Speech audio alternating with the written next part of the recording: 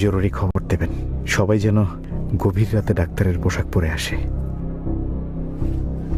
Doctor নার্সরাও ভাষা আন্দোলনে থাকবে।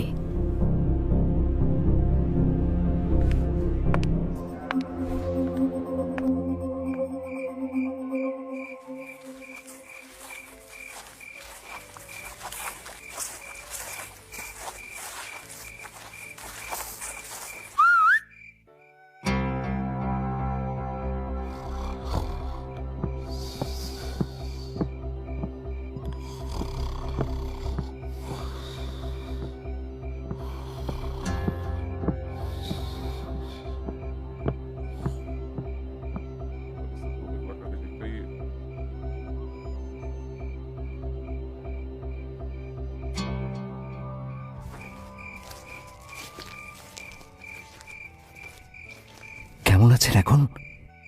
শরীরটা এখনো দুর্বল মামা। সে যাই হোক, খাজা নাজিমুদ্দিন তো জিন্না সাহেব আর লিয়াকত আলী খানের পথেই হাঁটছে। আন্দোলন ছাড়া কোনো রাস্তা নাই মুজিব। একদম। তো আহা, শহীদুল্লাহ মামা, আপনারা সর্বদলীয় রাষ্ট্রভাষা সংগ্রাম পরিষদ পুনর্গঠিত করে আওয়ামী লীগের কাউকে কনভেনার করুন। ঢাকা মেডিকেল, ঢাকা বিশ্ববিদ্যালয় সব জায়গায় গিয়েছি। ছাত্র ছাত্রী, শিক্ষক সবার সাথে কথা বলেছি। সবাই আন্দোলনে নামবে। বাংলাকে রাষ্ট্রভাষা করার দাবিতে বিস্ফোরণ একটা ঘটবেই। ঠিক বলেছেন। ছাত্র, রাজনৈতিক দল, বুদ্ধিজীবী, সাংস্কৃতিক কর্মী সবাইকে আন্দোলনে যুক্ত করতে হবে। মাওলানা ভাসানীর সঙ্গে যোগাযোগ করো দ্রুত। আমি 16 ফেব্রুয়ারি থেকে অনশন করব। আপনার তো শরীর খারাপ, 2 বছরের বেশি জেলে। এই অবস্থায় অনশন কতদিন করবেন? যতদিন মৃত্যু না হয়।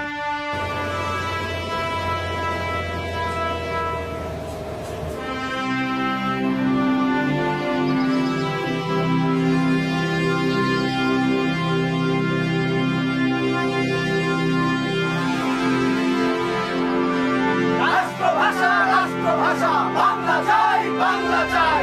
রাষ্ট্রভাষা রাষ্ট্রভাষা বাংলা চাই, বাংলা চাই। রাষ্ট্রভাষা রাষ্ট্রভাষা বাংলা চাই, বাংলা চাই।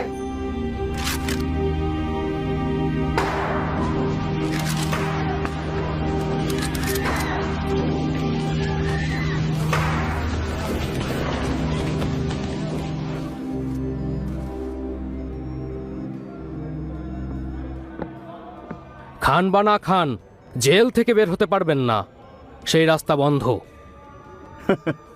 এক রাস্তা বন্ধ হলে আরো 1000টা রাস্তা খুলে যায়। আর আমি জেল থেকে বের হবই, জীবিত কিংবা মৃত।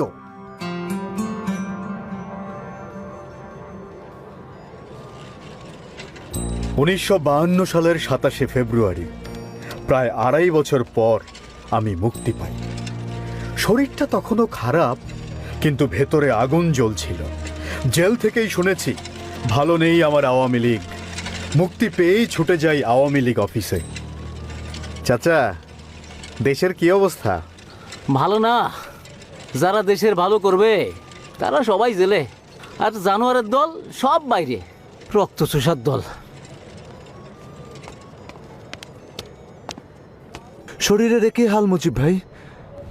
তাজউদ্দিন, শরীর দুর্বল কিন্তু মনের জোর ঠিক আছে, ভেবো না। ওহো, ভাড়াই তো দেইনি। আপনি শেখ মুজিব? চিনতে পারে নাই। আপনি মুক্তি পাইছেন, এইবার আমরাও মুক্তি পাবো।